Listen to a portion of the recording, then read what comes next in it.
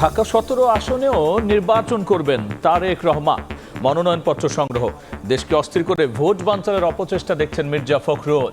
এখন তো বেশিরভাগ সময় ওনাকে কাটাতে হবে বাংলাদেশের প্রত্যন্ত অঞ্চলে, বিভিন্ন জায়গায় ওনাকে যেতে হবে, তো নির্বাচনী কার্যক্রম শুরু হয়ে যাচ্ছে। কেন জানি না, মনে হয় যে দেশকে অস্থির করে তোলার জন্য আবার কিছু সংখ্যক লোক পেছন থেকে কাজ করছে। আমাদের এই সময় খুব সাবধান থাকতে হবে। এনসিপি ও এলডিপিকে নিয়ে 10 দলীয় জোট জামায়াতের আসন বন্টনে প্রায় চূড়ান্ত।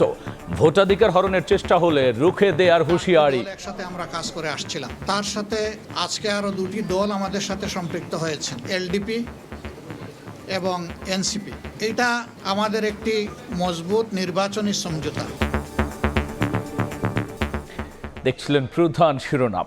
সন্ধ্যার সময় সঙ্গে আছি আমি গোলাম রাব্বি। এবার অন্যান্য শীর্ষ সংবাদ। জাতীয় নির্বাচন ঘিরে উৎসব মুখর রিটার্নিং কর্মকর্তার কার্যালয়। জেলায় জেলায় মনোনয়নপত্র কেনা ও জমা দেওয়ার তোড়জোড়, ব্যস্ত প্রার্থীরা, সমর্থকদের উচ্ছ্বাস। হাদি হত্যার বিচার দাবিতে শাহবাগে ইনকিলাব মঞ্চ। বিভাগীয় শহরে অবস্থান। শুটার ফয়সালের 2 সহযোগী ভারতে আটক। এ সরকারের আমলেই ন্যায় বিচারের প্রতিশ্রুতি। ভারতের সংখ্যালঘুদের ওপর সহিংসতায় ঢাকার উদ্বেগ, জড়িতদের বিরুদ্ধে ব্যবস্থা নেওয়ার আহ্বান। বাংলাদেশ বিরোধী মতামত প্রতিষ্ঠার চেষ্টা দেখছে পররাষ্ট্র মন্ত্রণালয়। এবং বছরের প্রথম দিন প্রাথমিকে শতভাগ বই দিলেও মাধ্যমিক নিয়ে শঙ্কা।